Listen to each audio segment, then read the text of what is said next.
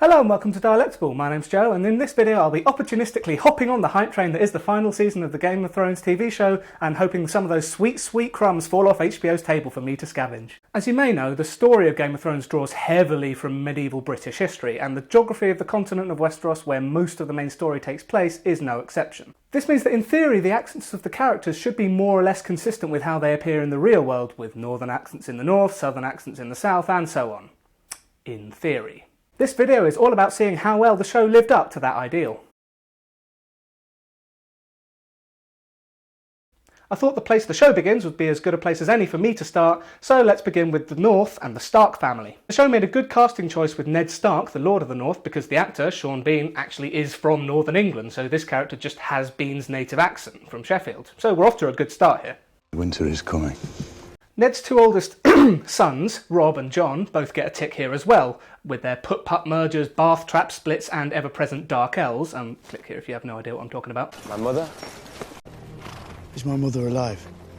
As does Theon Greyjoy, which I thought was a really nice touch. He's not native to the North, originally coming from the Iron Islands, but he spent his formative years there and he has a Northern accent as well, which is a nice little detail. Mothers will name their sons for us! Unfortunately, it all starts to fall apart once you notice that, because in the story, the aforementioned Ned Stark was actually sent away to the Vale for his formative years, and so he should really have a Vale accent, which the show portrays as being boring old received pronunciation for the most part. Although Robert Baratheon and Bronn Never had the chance to be young. I'd ask how much. also grew up in the Vale and have Northern accents, and Littlefinger's accent seems to change from episode to episode, so it's kind of hard to tell what a Vale accent actually is. Cut her throat. Be done with it.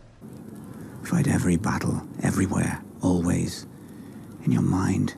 What there's no excuse for is the other Stark children. Sansa, Arya, Bran and Rickon Stark all have posh RP accents, which is most closely associated with southern England, which raises the question of how a rough, rugged northerner like Ned managed to raise a bunch of southern fairies. We're not southerns. Yes you are, mate! The other families that we meet from the north are pretty good, with the Umbers, We need to help each other. Karstarks, I don't want it to save me. I want it to haunt you to the end of your days. and Glovers, There will be more fights to come. all having satisfyingly northern accent, and the same goes for most of the other minor characters we meet from the north. The biggest exception to this is the Bolton family, who disappointingly speak in RP as well, which is definitely the biggest crime that family commits in the series. The Lannisters send their regards. You win the game if you can figure out who I am and why I'm torturing you, and I win the game if you beg me to cut off your finger. Now to the north of the north there's a giant wall, which is a clear reference to Hadrian's Wall in real-life Britain. Now while Scots live north of Hadrian's Wall, the land beyond the wall in Game of Thrones is populated by wildlings, so it would have been nice if a little on the nose if the wildlings all had Scottish accents. But for the most part they either have Northern English accents, like most of the characters from the north do, or they have Scandinavian accents. They need to know the ships they are boarding won't be torched in the middle of the sea. I actually like both of those decisions, because wildlings having northern accents is a way of showing that they really aren't so different from the people south of the wall, which is a major theme of the show. My ancestors lived here, same as yours. So why are you fighting us? While the ones with Scandinavian accents are representative of people who really do live in the frozen north in our world. My only real complaint here is that ideally people from the same tribe would speak in the same accent, which doesn't always happen, and of course there's some RP here and there, but all in all it's pretty good.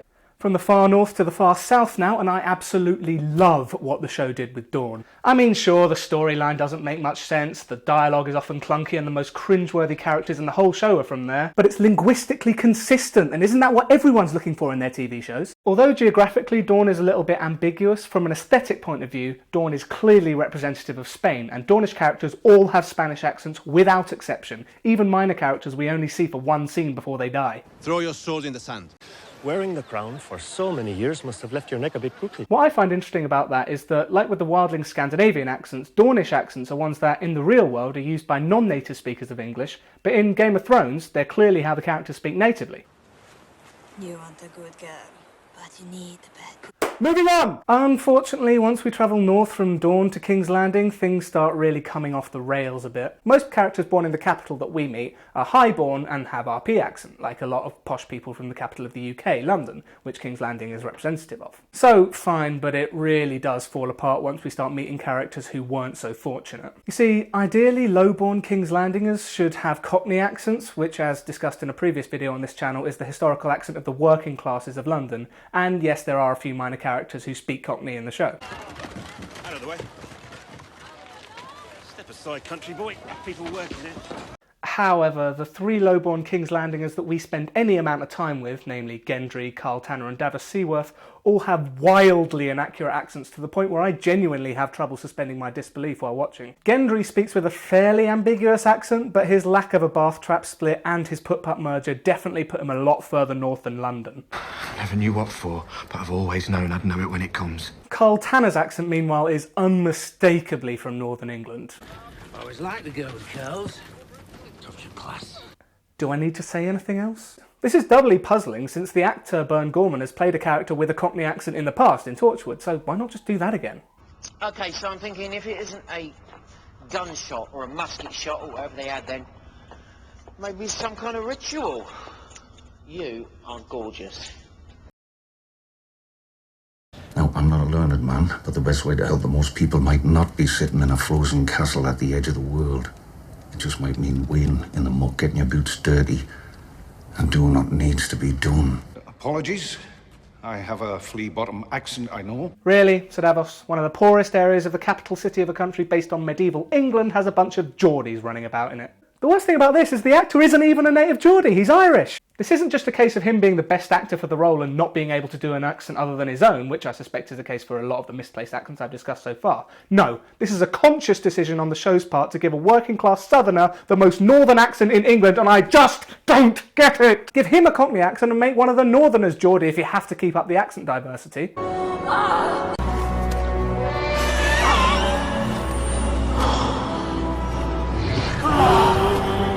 Okay, not worth getting too rattled over, and I'm just glad the Geordie accent is getting some exposure to people who may not have heard it before, but it would have been nice if it had been geographically accurate.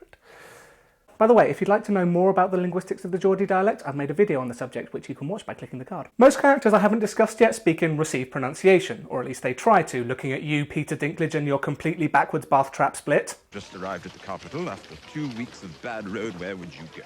Generally, this does make sense given their geographical positions and how widespread RP is in the real world, but it is a little boring. Like, would it have been so hard to give a Greyjoy a Manx accent? Or maybe some of the Riverlanders could have had Brummie accents? I don't know.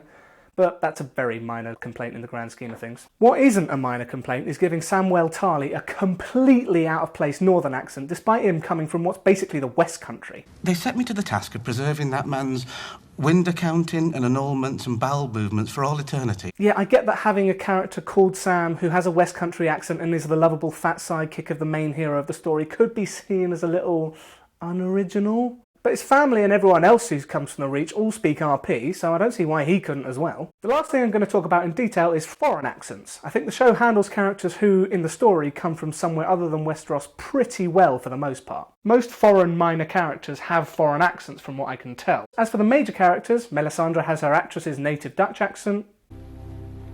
I see a darkness in you, and in that darkness, eyes staring back at me. Eyes you'll shut forever. Grey Worm's accent I can't quite place, but it's definitely foreign. That is the worst joke I ever heard. And Missandei speaks flawless RP. I serve my queen because I want to serve my queen. Which you'd think would be out of place since she's been in Essos since she was 5. But remember, this character is an absolute genius when it comes to learning languages. She speaks 19, so it does make sense that she manages to conceal her natural accent when speaking the common tongue. Which, by the way, is something that Jaime Lannister's actor, Nikolai Coster-Waldau, does brilliantly. He's originally from Denmark, believe it or not. It was very brave, your brother, and your father too. They didn't deserve to die like that.